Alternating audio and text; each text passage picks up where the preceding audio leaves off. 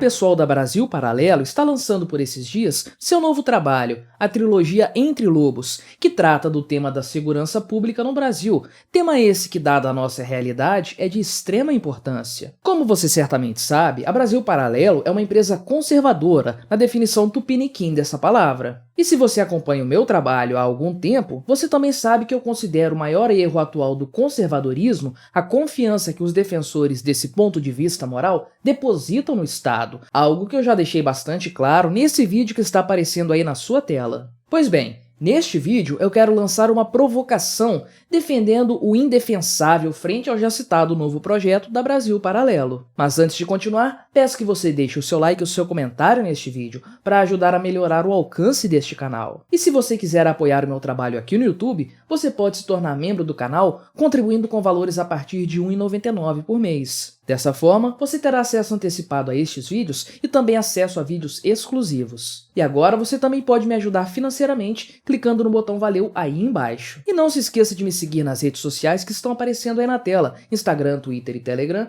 porque eu sempre posto conteúdos diferentes por lá também. Em primeiro lugar, preciso deixar claro que eu admiro bastante o trabalho realizado pela Brasil Paralelo, e eu não falo apenas da qualidade de tal trabalho, posto que seus documentários são sempre de um altíssimo nível técnico, mas também dos temas abordados e do viés que é utilizado para deles tratar. Em segundo lugar, preciso dizer que eu não assisti ao documentário Entre Lobos por completo. Hoje, eu vou apenas comentar a respeito de uma das entrevistas utilizadas para a realização de tal documentário e que já foi disponibilizada na íntegra no canal da Brasil Paralelo aqui no YouTube. Mas não tenha dúvidas, assim que possível, assista a esse documentário, porque certamente seu tempo será muito bem empregado dessa forma. Isso posto, vamos ao meu comentário. A entrevista em questão foi concedida pelo ex-policial do BOPE, Rodrigo Pimentel, muito famoso no YouTube e também por sua participação na elaboração dos roteiros dos filmes Tropa de Elite. Nessa longa e muito interessante entrevista, Pimentel cita aquele que ele considera o maior problema da segurança pública no Rio de Janeiro e, por consequência, de todo o Brasil, ou de modo mais especial, das grandes capitais brasileiras, a disputa territorial entre grupos criminosos. Basicamente, o que o ex-BOPE afirmou é que diversos grupos criminosos lutam entre si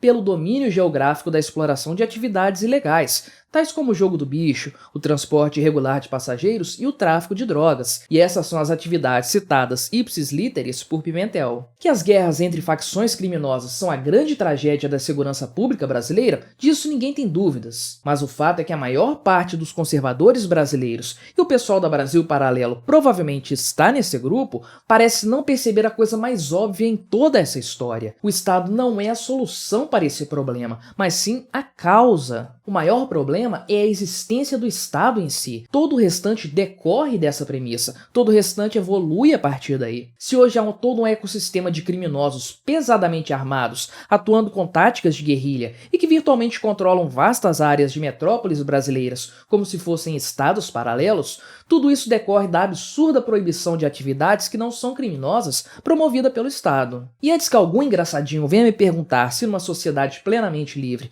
o Marcola e o Fernandinho Beiramar seriam pacíficos empresários, eu já adianto a resposta. Não, eles seriam criminosos, de alta periculosidade, porque isso faz parte da natureza desses demônios. Mas ao invés de se envolverem com o tráfico de drogas, eles teriam se especializado em assaltos a bancos ou a sequestros. Se eles hoje se empenharam em transformar o tráfico de entorpecentes em uma máquina de destruir a vida pública, é porque isso, no fim das contas, é mais lucrativo, e até mesmo bandidos buscarão sempre o maior lucro possível. Você provavelmente já sabe qual é a posição libertária a respeito desse tema, mas é sempre bom relembrá-la. No libertarianismo não existe crime sem vítima, e as práticas anteriormente citadas, ou seja, o jogo do bicho, o transporte de passageiros em vans e afins e a venda de entorpecentes, são atividades pacíficas e, portanto, sem vítima. Logo, elas não são criminosas. Por óbvio, eu não estou aqui falando de crimes acessórios cometidos por bandidos que tentam manter o controle sobre essas atividades. Se alguém mata outra pessoa para ter controle de determinado ponto de vendas de drogas, o crime não está no comércio de entorpecentes em si, mas sim no homicídio cometido. Portanto, sob a ótica libertária, nenhuma dessas práticas sem vítima pode ser considerada crime. Dessa forma, o jogo do bicho deveria ser tão legal quanto as raspadinhas da loteria,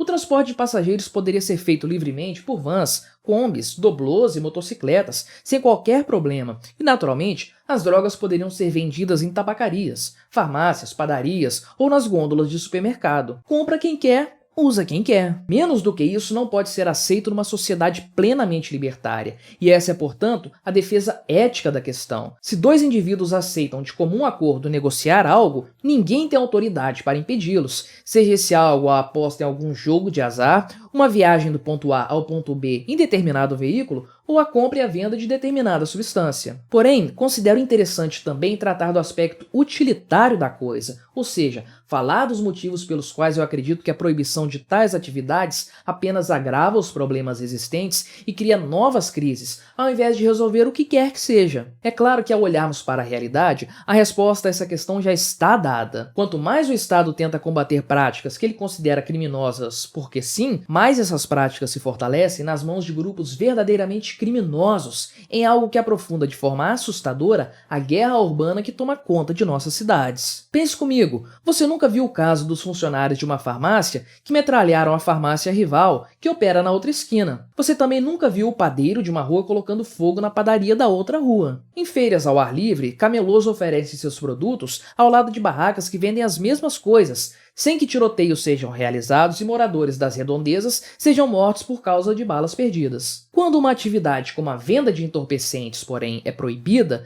você tira os legítimos empreendedores desse mercado. Mas como a demanda por esse produto continua existindo, outros indivíduos, aqueles que não temem a força da lei, irão ocupar o espaço deixado pelos comerciantes convencionais. Primeiro, o mercado será tomado por criminosos de baixa periculosidade, gente que apenas não tem travas morais que os impeçam de burlar as leis estatais. Porém, e ato contínuo, logo criminosos mais violentos entrarão nesse mercado, expulsando os antigos competidores. Estes, por óbvio, não poderão recorrer ao Estado para reaver seus antigos negócios, uma vez que tais negócios são, por si, ilegais. Dessa forma, temos uma escalada da violência. Quanto mais violento é um grupo, mais definitivo será seu monopólio de tal atividade, nesse exemplo a venda de drogas. Qualquer um que ouse concorrer com o grupo dominante será sumariamente eliminado. O próximo passo será o confronto com outros grupos, numa tentativa de promover a expansão do monopólio. O resultado disso será uma guerra entre facções que, para se tornarem mais fortes que as rivais, tratarão logo de se armar como um verdadeiro exército. Em pouco tempo, tal mercado estará dominado não por empreendedores, mas sim por criminosos psicopatas armados até os dentes. Como toda essa atividade é tornada ilegal, mesmo os insumos para a fabricação desses produtos são de difícil aquisição. Portanto, e para maximizar os lucros, os criminosos farão um produto final de pior qualidade,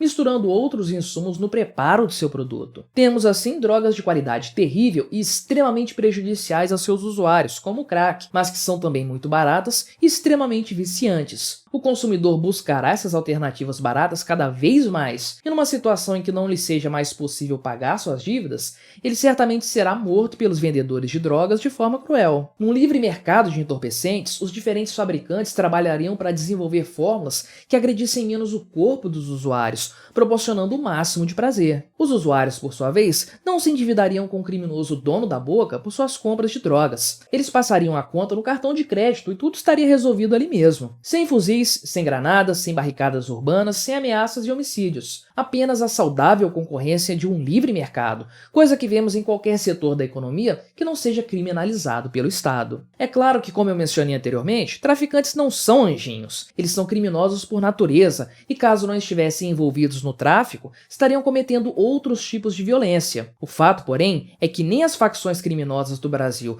nem os cartéis mexicanos seriam tão ricos, poderosos e violentos se as drogas fossem liberadas. Coloque nessa história as atividades de transporte coletivo e de jogos de azar e você começa a compreender os motivos que nos permitem classificar a atual crise de segurança brasileira como desnecessária. Mais uma vez, trata-se do Estado tentando resolver um problema, criando um problema muito pior. A realidade é tão gritante que mesmo o Estado deveria reconhecer esse fato, e ele reconhece, mas também é uma gritante verdade o fato de que muita gente lucra alto com a violência nesses setores, e basta ver a quantidade de ex-governadores, secretários de justiça, diretores de penitenciárias e outros agentes estatais que foram pegos em escândalos de corrupção dos mais variados. O Estado lucra bastante com a existência de um crime organizado que monopoliza atividades classificadas como ilegais. Portanto, o Estado é a causa e não a solução do problema da segurança pública no Brasil. Por fim, é importante frisar que ao defender que tais práticas sejam descriminalizadas e amplamente permitidas, eu não estou dizendo que elas sejam boas, adequadas, moralmente aceitáveis, nem fazendo qualquer tipo de apologia. Eu acredito que você deve pensar muito bem antes de entrar em qualquer veículo de transporte. Eu penso que jogos de azar são uma grande bobagem e defendo que drogas irão arruinar a sua vida e, por consequência, a vida dos que você ama. Use seu dinheiro para consumir produtos que irão te tornar uma pessoa melhor, e não o contrário. O fato, porém, é que a proibição das citadas atividades, longe de melhorar a vida de quem quer que seja, apenas aprofunda as maiores mazelas sociais de nossos tempos. Por causa dessa proibição, o Estado elevou bandos criminosos ao status de facções ultra perigosas que ameaçam a vida de todos os que, por infelicidade, vivem nas regiões por elas controladas ou almejadas. O que falta aos conservadores brasileiros, dentre eles os da Brasil Paralelo, é aceitar essa dura realidade e lutar contra quem criou essa situação e a mantém em contínuo crescimento, o Estado brasileiro.